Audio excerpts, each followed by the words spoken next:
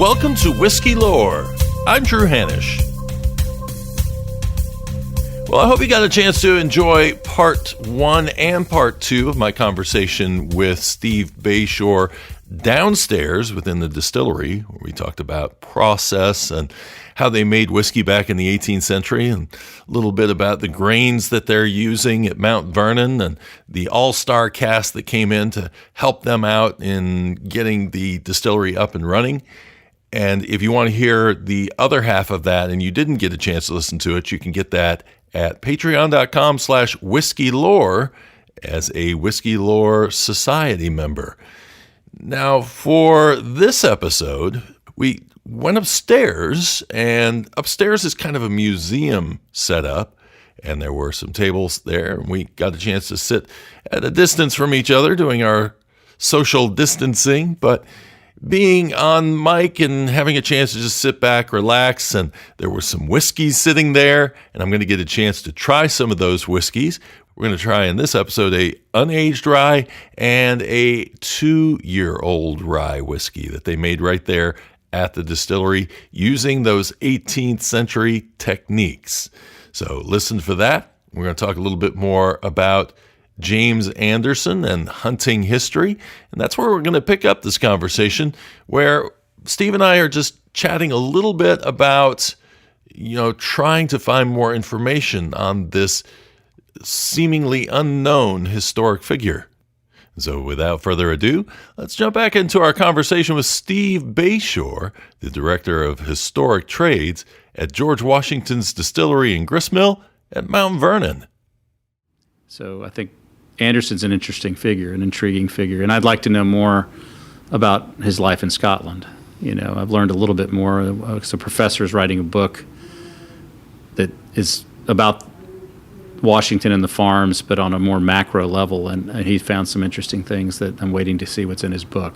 Yeah. Because he went to Scotland and did a little research. Okay.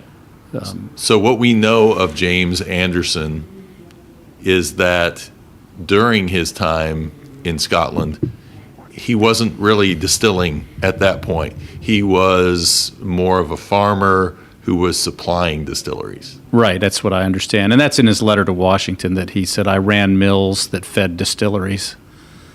And he married into a family. His wife, her father was quite a merchant and farmer. So I think he filled a role in that family, in that sort of management.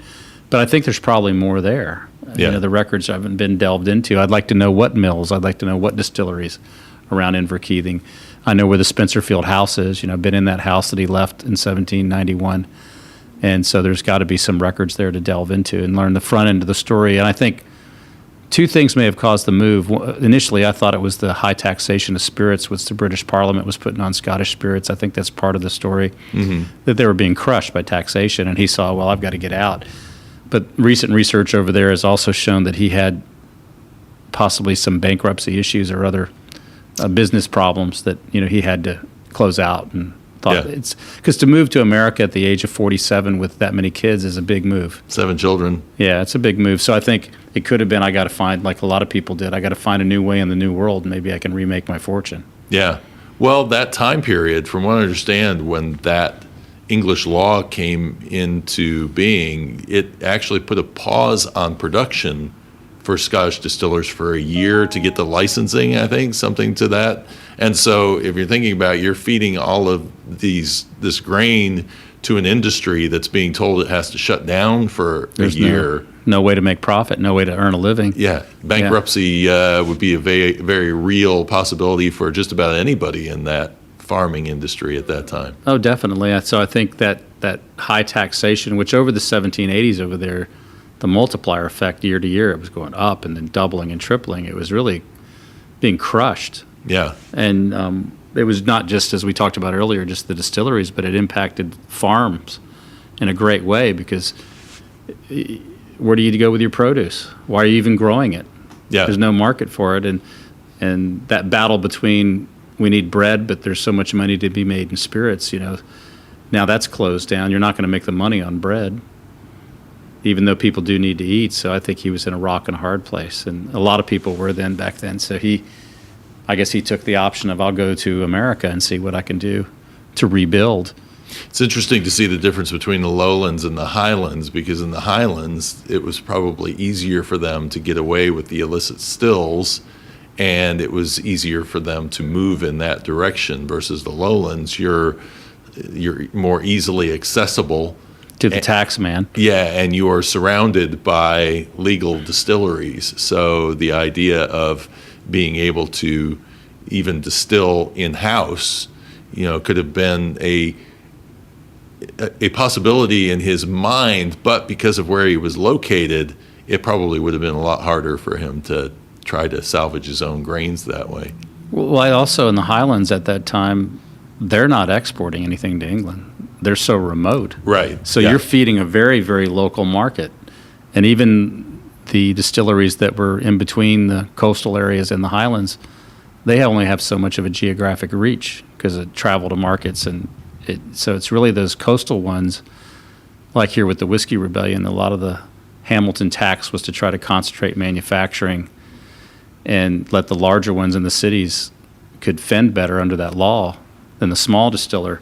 And so I think that's going on in Scotland too. Yeah. And so the coastal ones had more political connections, and they, if you were up in the Highlands, you're not going to get that out of that region and overseas.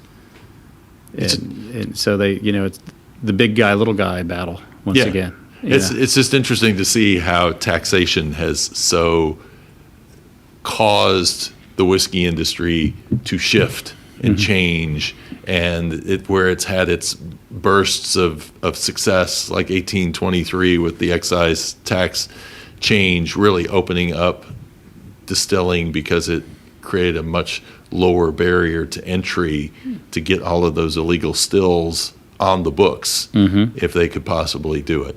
Well, economics and taxes, if you don't study that, you don't understand why people are making the choices they are. And it's always interesting that some people treat tax policy as a static, neutral, that human beings aren't going to act one way or the other based on tax rates. They always do. Yeah. It's like the capital gains thing. It's like, well, it's a huge tax. I'll just hold on to that property. And, it's because people are trying to take care of their money or their business. And so I think they certainly, in this country with the Whiskey Rebellion, the way the tax was structured, initially you had to pay it in cash if you were fined. You lived in Western PA, whiskey was your cash. Mm-hmm. So there's all sorts of elements of it that rankled the small farmer, the small distiller, whereas a big person could weather all that in Philadelphia or wherever they were. And I think that some sort of parallel seems to have been happening in Scotland, which led Anderson, one of the reasons he left, because he could not conduct business perhaps. Yeah. So, and the business was pretty solid here, though. I think he fell into a good market with Alexandria being so close, and Alexandria, Virginia being a port, and all the activity there. And we know Washington was also supplying 2 or 3 bakehouses there with flour from his mill. So it's an important city for him in every way. And so, and again, we talked earlier about why rye. Well, that's what the market wanted. Yeah. So you definitely, rye grain, rye whiskey was it. Well, and it was a lot easier to grow, especially as you were going north into Pennsylvania and into the New England states, because it can hold to the colder climate. It's hardy. Yeah. Whereas here, rye was originally probably used more for cover and for changing crops. Is that? Yeah, I think so. I do. As I mentioned, I do think that there's some evidence of people grinding rye, but I don't know at what date. A lot of the Virginia history I've been searching through to see if there was a definitive Virginia spirit, like Pennsylvania and rye, or Maryland and rye, or that's it. They're known for that. Yeah. Northern Virginia, I think, was probably known for it. What happened in Richmond, Central Virginia, I'm still trying to figure out, because there's a lot of corn liquor. Yeah. And I have a feeling there was more corn liquor than rye, maybe, but there's no way to know. I haven't found that treasure trove of sort of production records or anything about plantations at that area that have shown me more than a cursory bit of information. I was going to say the earliest record that I've seen, of course, is George Thorpe in Jamestown, and he made corn whiskey because that was the grain he had available. Well, there's a lot of that, isn't it? What do they have? Like mash bills today are definitive, and people are looking for the grains specifically. Back then, what excess grain did you have? What was going to spoil? That's what you're going to distill. Yeah. And then you have Berkeley Plantation, and the supposed first bourbon, that whole story. I don't think they called it bourbon, but that's another area where, Central Virginia was making corn whiskey. Yeah. But I think my theory is there's just a lot of records that haven't been found yet because not everything's digitized. Everybody thinks everything is available through the computer. You got to visit some of these libraries or the Library of Virginia Historical Society, and been down there a few times over the years, mainly looking at flour and things of that nature in certain plantations. But if you can get the plantation records for some of these major families in Virginia, I think it'll lead a trail, hopefully, to something about not only their farming operation but their connection to distilleries. Yeah. And I just think it is yet to be fully discovered. So one of the interesting things that I think is going to end up being discovered through records is there was a mention early on here that this might have been one of the largest, if not the largest, distilling operation at that particular time. But what's interesting in my study on the Whiskey Rebellion is that the way the records were being kept, or the records that they were able to actually get, were coming from the larger distillers that were the ones that wanted to do it legitimately and who weren't worried about paying the tax because they could figure out how to lower their cost by doing more production and lower their effective cost per gallon. Yeah. And so it seems like if we went back through the old tax records, that you would be able to figure out who some of the distillers were and how much they were producing every year in Pennsylvania, in Kentucky, where there may have been, distillers who were getting their records legitimately back to the collectors, but yet nobody really has that information at the moment. So you just think it's buried somewhere, and we just have to figure out where it's at. Yeah, and I think it's going to be several places because I think it's not all collated, and you have to kind of dig into regional libraries, regional records, regional, if there's, like the Library of Virginia is very good, and you can find like the Carter family papers are extensive. But I also think there's some of it we'll never know because on the frontier, people did all sorts of stuff. Didn't write everything down, or could they write? So there's some of these mid-level small distillers or farm distillers, they're filling a need in the local market. We'll never know that, but hopefully the bigger ones will give us a better general picture of output. And I've seen early 19th century documents on a macro level from the Senate and some of Hamilton's records, which in the 1790s, they did aggregate a lot of production for the states. They're trying to get a handle on what sort of revenue is going to be drawn off these taxes. So I've seen some of those documents. So I'd like to know the raw material that they created their government report from. Yeah. Where is that coming from? Yeah, absolutely. Yeah, because in there, then you maybe get down to the deeper level of state records, regional parts of each state. Yeah. So that obviously they were there because they're aggregating that information. And it seems like Western Pennsylvania, one of the players in the whole excise issue there, General John Neville, was a distiller himself, and he was a larger distiller, and that was part of the reason why people were frustrated with him.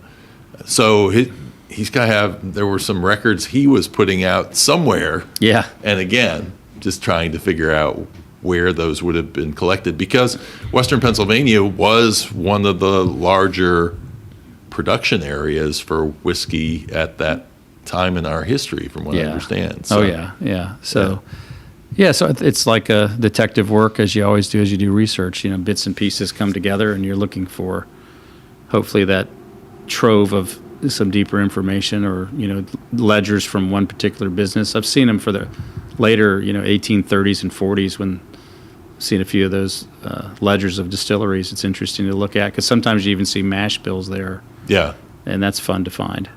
That's what I was kind of peeking for when I was looking through the ledgers, was to see what was being purchased for Mount Vernon at that time and for the distillery, because not all the grain came from Washington's farm. Yeah, it was just such a big operation, he couldn't supply it all. And I think that's one of the things that if I can read between the lines in the letters that he was a little irritated at James Anderson about, because I think Anderson wanted to do it. He probably said, well, look, you have this huge farm. You can grow all the grain. Yeah. Well, this place outstripped the need pretty quickly because it was just making 11,000 gallons. He had to buy corn from a relative from another property each year. He had to buy rye on occasion. Sometimes they're trading whiskey for barrels. The coopers can't keep up with the barrel needs. Yeah. Sometimes they're trading whiskey for grain. Mm-hmm. And Washington liked things on the farms to, like these internal transactions to break even. And he didn't want to have to go outside. But no estate like this, it's a misnomer to think they were all self-sufficient. They're not. Yeah. There's a lot of consumer goods that are needed, outside goods, outside work. So sometimes there's the thought that, oh, well, you have a big property and you can make everything on your own. Well, they're part of a broader economy. And they're, so yes, he's doing as much as he can, but he also has to buy a lot of other things to keep the place running. But with the distillery, I have a feeling that Anderson pitched it as an idea that could be fairly self-sufficient because you have this big farm. Yeah. And that's where there's that one letter where you got to watch language in the 18th century because you don't want to put too much modern connotation on certain words. But he does say to a friend that I've been induced by my farm manager to get into the whiskey business. Yeah, yeah. Which makes me think later when he decides that he wants to downsize, and I think that's because he's 67 years old. Yeah. But he tries to get Anderson to lease it because it certainly was a big profit center. But I think Washington's just getting older, and it's the span of his life since his early 40s and the Revolution. He's been running pretty hard, and I think he imagine all he's been through at 67, he probably wants to step back a little bit from all that management. And I could understand that, knowing all that he had to handle. But I wonder if he just thought, okay, it's a good business, it's making money, but it's a lot of work to keep this running. So maybe Anderson will do it. Yeah. So that's the other interesting piece that I'm trying to get a handle on. We may never know because nobody was there to look at their relationship and report on it. But in some ways, it seemed like a very friendly relationship, and at other times, it could be a frustrating relationship. And I'm thinking the frustration comes from the fact that here's George Washington, who has learned how to run military, he's learned how to run a government, and now he's come home to his farm, and circumstances are going to be different. And here's a farm manager who is probably getting micromanaged a little bit more than he probably expected at that point, because Washington was so meticulous on everything that he did. So in picking up from the reading that you've done, have you kind of caught a feel for what that relationship was like?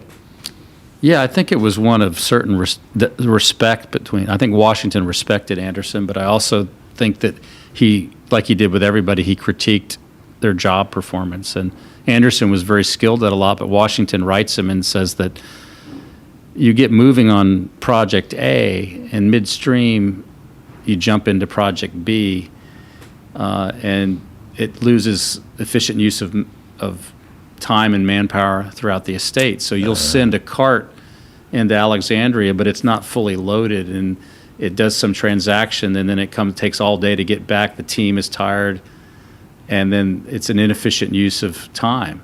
And so at some point, Washington takes away a couple of the farms from Anderson, and says, because it's 5 farms, and he says, I want you to focus on these 2. Yeah. And Washington takes more of a hand of the others for a while.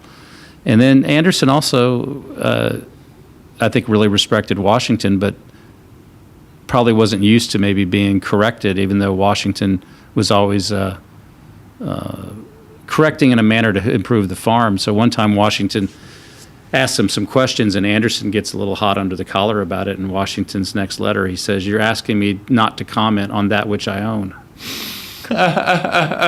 Interesting. And so Anderson then replies, I can't remember the exact words, but he realizes he's kind of gotten off course there a little bit, and they have he says, of course, and so I think, but from what I read it, I think he really respected him, and he knew that he worked hard, and Washington respected that he worked so hard and was trying to do the right thing. But I think maybe the property was just so big, and Washington was used to running it, and Anderson had some difficulties, and maybe taking it all in as Washington could. Yeah. But Washington was a special in that way that I don't know if any of us could have pleased the work ethic level that he had, or I think some did because he had some, quality people around him. But I think Anderson did the best he could, and he's an immigrant to a new country, and he's trying to figure out the labor force, which was enslaved, which he wasn't used to, and there's certain issues there, and how to manage the enslaved workforce, which was, I think Anderson wasn't used to that. Yeah. And there's some in the letters. There's some discussion of that as well, and and he had some skilled people here. The 6 young enslaved men here were skilled distillers. It wouldn't have all happened without those guys working the way they did. Yeah. So you had John Anderson as the manager, but to move that much grain and row that much mash and run those stills like that. So this is a pretty well-oiled team here, I think. So he probably would have gotten some of that experience with an enslaved group of men at the distillery that he either built or was down working near Fredericksburg, on in Fredericksburg prior to joining at Mount Vernon. Yep, I would think so.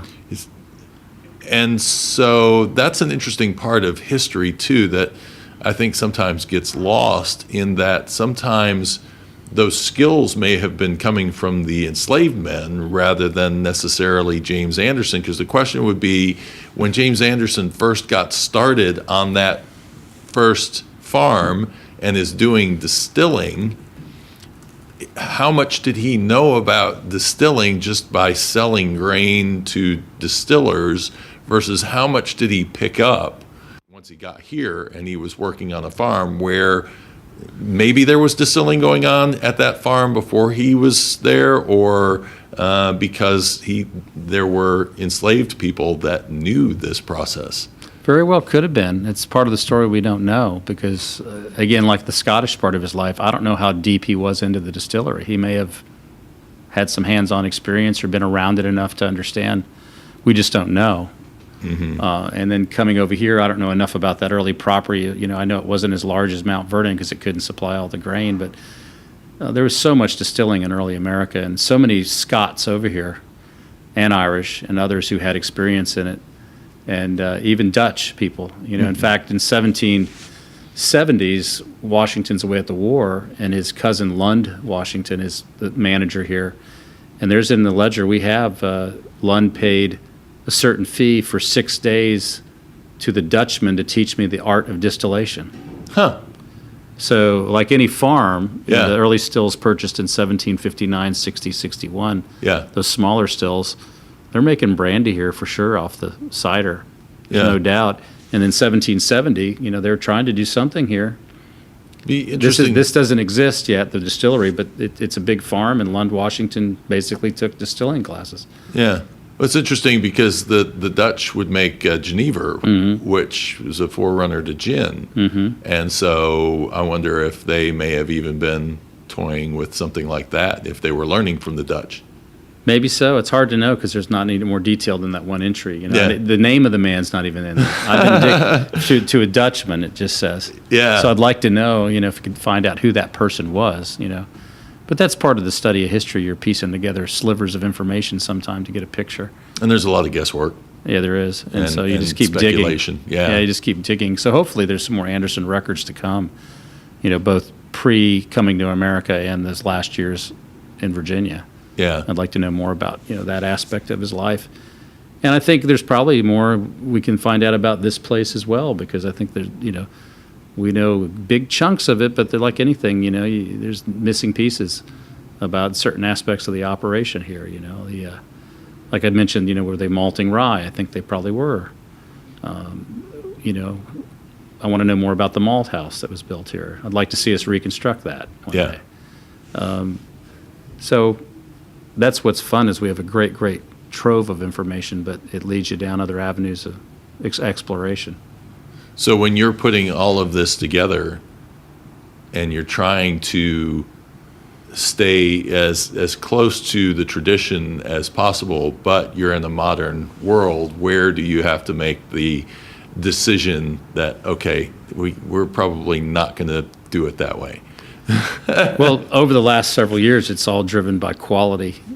One of my jokes of the early years running this was we were just happy there was distillate coming out the back of the still. And then over time you realize, well, we can make it much better We should make it much better. And because it's Mount Vernon and the story here, we want to make as quality of spirits as we can to reflect, the work we do here. So that's really when we make decisions about, well, do we add this in? Do we filter this way? Or should we, change some of the grain? It's all about, let's make a better tasting rye whiskey. Yeah. Because we are in a modern market, even though we're a historic distillery. We, have a retail shop here that's part of the Virginia ABC system, and we have people coming and buying our spirits, and they aren't low-price bottles because of the way they're made. And so I want somebody to go home and be happy with it and maybe buy another bottle even though they're high-priced. People will buy the first bottle. Will they come back? Right. Or does it become a souvenir? In the early years, sometimes I think it was a novelty in the first, because we hadn't had whiskey out of Mount Vernon in 200 years. So people were buying a story and part of a history. But now all the bottles that we put out, I'm very proud of, and I want people to consume them and enjoy them, and then tell people it's a good whiskey, and so that's where the decision comes: is how do we improve it? Yeah. Well, the other thing too is that for people who are uninitiated to the history of whiskey and knowing that they weren't aging in barrels at that time, you're also having to learn how to consume this whiskey in a different mindset than you would be consuming a modern rye whiskey that's been aged for 2 to 4 to 6 to 8 years. Yeah, and so we'll always make unaged rye, even just be true to that original product. But what I can say in the last 3 or 4 years, it's a quality, clean distillate. The early bottles were rougher, as we learned. So I always tell people, if you've bought a bottle from 2013 or 2011, please buy one of the 2019, 2020 unaged whiskeys, because it's a different animal completely. It's much better, and therefore what we're laying down in barrels will be much better.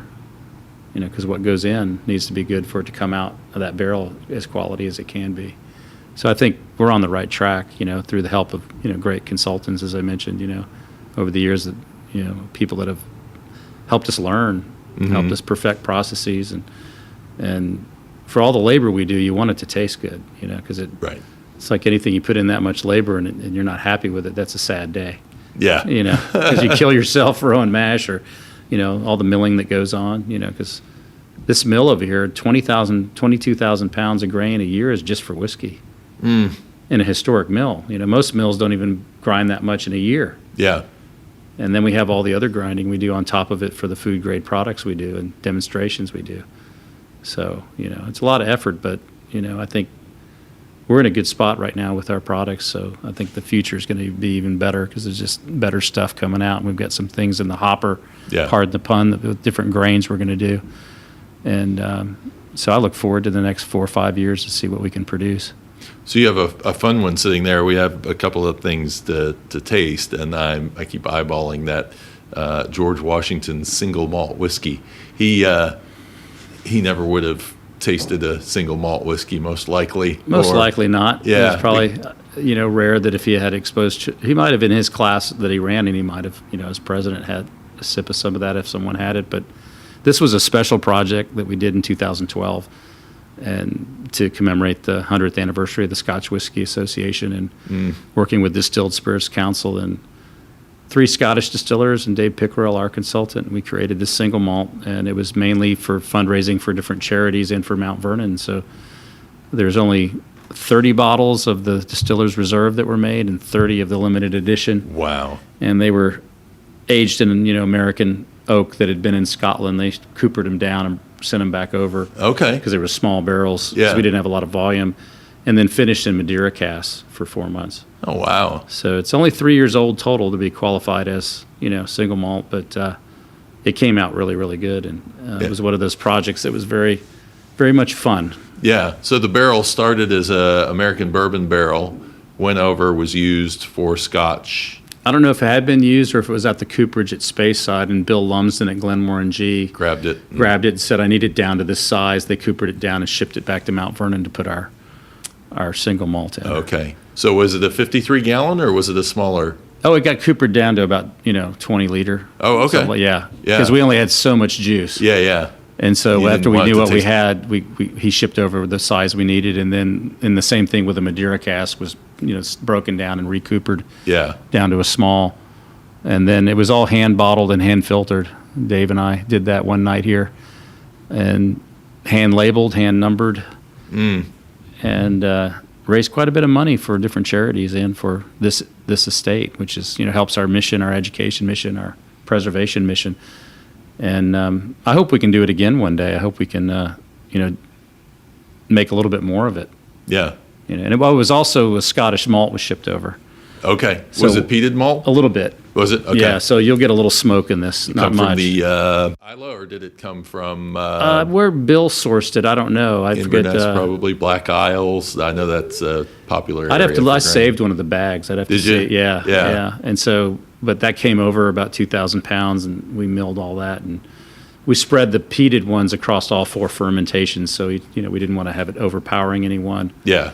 And that was with Bill Lumsden again, Andy Cant, who was at Cardew for many years. He's retired now.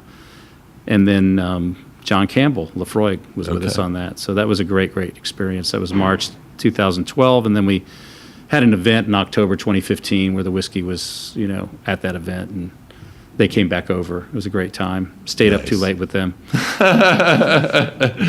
Yeah, that's an experience that, did you see yourself when you started out in the milling industry getting this tied in with distillers? No. I was a lone miller, a one-man operation at another museum running a water mill, and I could never foresee that, coming to Mount Vernon and then secondly getting to do all these different projects. So yeah. I've been very fortunate, and each year you kind of have to look back and go, "Wow, we did do that." That did happen, yeah. And well, the people that you got to interact with, you mentioned the original team that was in here was Jimmy Russell was here, and you had people from Woodford Reserve were here. Yeah, and, Chris Morris, and Ron Call, and Mike Sherman of Vendome, who helped who built the stills here. And did he build those on site? Yeah, well, they were built in Kentucky, and, for the restoration. Yeah. And Dave Pickerel, it was, and at that time, you're kind of starstruck the first year. They're all here working, and you're just quiet and learning. Don't offer up any opinions. And, and then over the years, there's been others that have come through. As I mentioned, Fred No of Jim Beam, and John Campbell's been back and helped us a couple times. Lisa Wicker from Widow Jane, our consultant, has been fantastic to work with.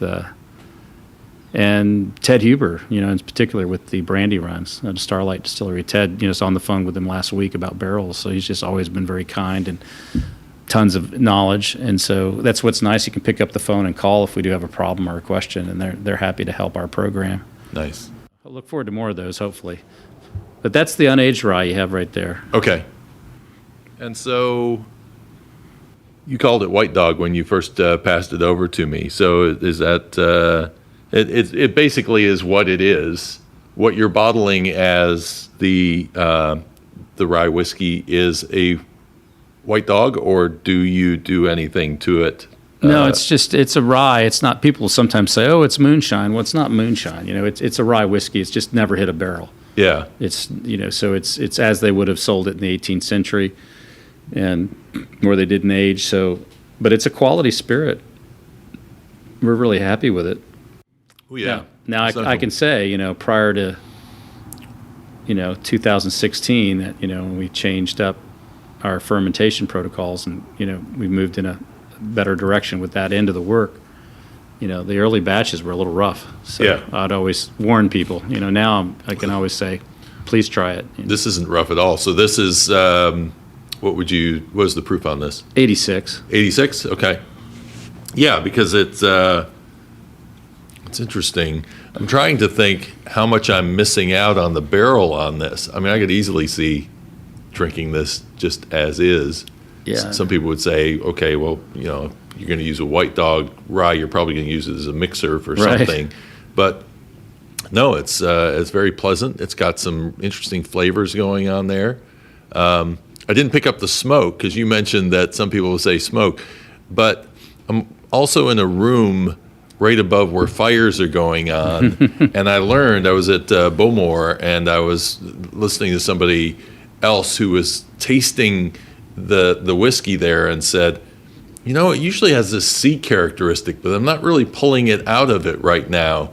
And then it dawned on them, oh, I'm by the sea.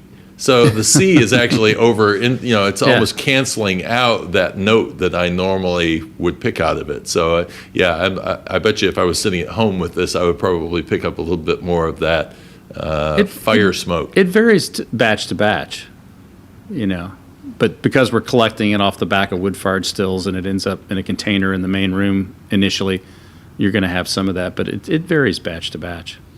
It's a little herbally, and there's a sweetness to it. Yeah, that's your high corn component in there. Yeah. Remember, it's about 30-some% corn. So that's why I think on the back end you get that smoother finish from the corn.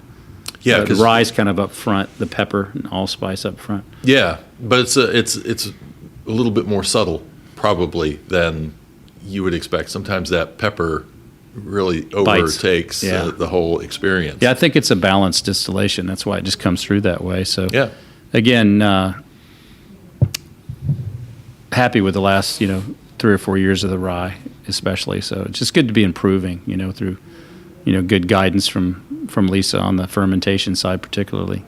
I love seeing the George Washington initials on a Glencairn. It's like a marrying together of my favorite part of history with the Glencairn with the whiskey glass side of things. Yeah. We have to thank Marty Duffy, who is the rep for Glencairn, and we talked to him when we got those glasses done for a whiskey event. So I bought some extra because I knew I'd need them out here for tastings and such. That's very nice. And that's a 2-year-old, so that's been in a 25-gallon barrel for a little over 2 years, and you're going to get some caramel vanilla notes coming through on that. Totally different than what you just had. Yeah, but you still can pull. I mean, there's still enough of that rye sweetness in there. The sweetness probably coming from the corn, and there's a yeasty kind of smell in there. So what do you use for yeast? We buy from a modern company. Do you? Yeah. Okay. Yeah. So there are things we do because in our environment too, we needed something hardy that was going to work well, and so we work with Firm Solutions. But as Kentucky, you said, it's a whiskey yeast that we get. Okay, but as you said, Washington was actually getting his yeast from a brewery, beer makers. Yeah, in Alexandria. Yeah, and those are noted in the ledger. You can see when he picked up that yeast. Wow, big time difference. You do really taste the barrel in that a lot more. Mm-hmm. And you use a number 3 char. Yeah. So the idea with the number 3 char, which is on the little bit lighter, I know 4 seems to be... 4 is the dark, 4 is the heaviest. Yeah. And so if you peeled it apart, those staves would look like alligator skin in a 4. But 3 is fairly standard, but, we're still learning a lot about cooperage. That's another thing we're going to kind of play around with in the coming years. But that, something Dave recommended, Dave Pickerel, when we first started aging.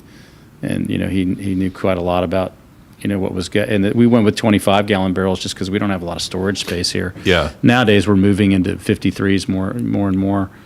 And then with the small barrel, you just have to, watch the time in the barrel just because the oak will, overcome it at times. That's really interesting because on the finish is really clean, and it's very long lasting, mm-hmm. and it's this pleasant sweetness. And I can't put it's one of those where I'm gonna have to sit with it, and then it's gonna dawn on me what that flavor is, because it's a very familiar flavor to me, but it's always hunting the adjectives for what you taste. Exactly. Well put. So that is going to be the end of our first half of this episode. There's a second half. And again, if you are a member of the Whiskey Lore Society, all you have to do is head to patreon.com/whiskeylore. And if you are not a member, for as little as $5 a month, you can be a member and you can help support this independent podcast. So let me give you a little sample of what you'll hear in the second half of the episode. You can't be perfect because nothing is, and I used to work at another historic plantation in Virginia, and one day someone said, about some issue we had. Well, that's not historically accurate. And I said, do you want me to bring out the 100-foot long scroll of all the things that aren't historically accurate? Because you can never recreate it perfectly, but what you try to do is be as authentic as possible. Your content should be well researched and as authentic and proper as possible, based on, hopefully the records you have, so you tell a true story as true as you can. Yeah. And you always update it. You always revisit it. That's what we're doing with some of our interpretive stuff now. You revisit it. You look at it. What have we learned? What has the library produced that's told us a different story? And that's always happening. It's an organic thing growing. And then as far as living history, which I do, is, you want to try to be as authentic as possible, so people come back and they visit and they think, well, that's probably how that mill was back then. Right. And that's what we do here in the distillery. They come through here and they learn, wow, that's pretty interesting that the distillery was laid out like that, and that's how they did the fermentation. And because, it's like the game of telephone, if you remember that game, you go in a circle and tell something, it comes back around. And it's completely different. And you're like, that's why we always listen to our interpretive staff and go, because someone will hear something and go, well, I'll enter that into my tour. And we have, it's like, well, that's interesting, but what's that based on? Yeah, yeah. So there's always that process at any site or any historic site where hopefully you're doing that. And Williamsburg is a good example of doing many of the trades the right way. I mean, I think they're kind of a watermark for excellence on historic trades. Well, I hope you enjoyed this conversation with Steve Bashore, and I thank Steve for taking the time to talk with me about so many different aspects of the distillery and letting me taste some fantastic whiskeys. If you go to patreon.com/whiskey-lore, the second half of this episode, I will be tasting a single malt that they created there. We'll talk much more about history and how it's recreated. Whiskey Lore is a production of Travel Fuels Life LLC. For show notes, head out to whiskey-lore.com/episodes. And until next time, cheers and slanjava. And for more information on the George Washington Distillery and Grist Mill at Mount Vernon, head to mountvernon.org.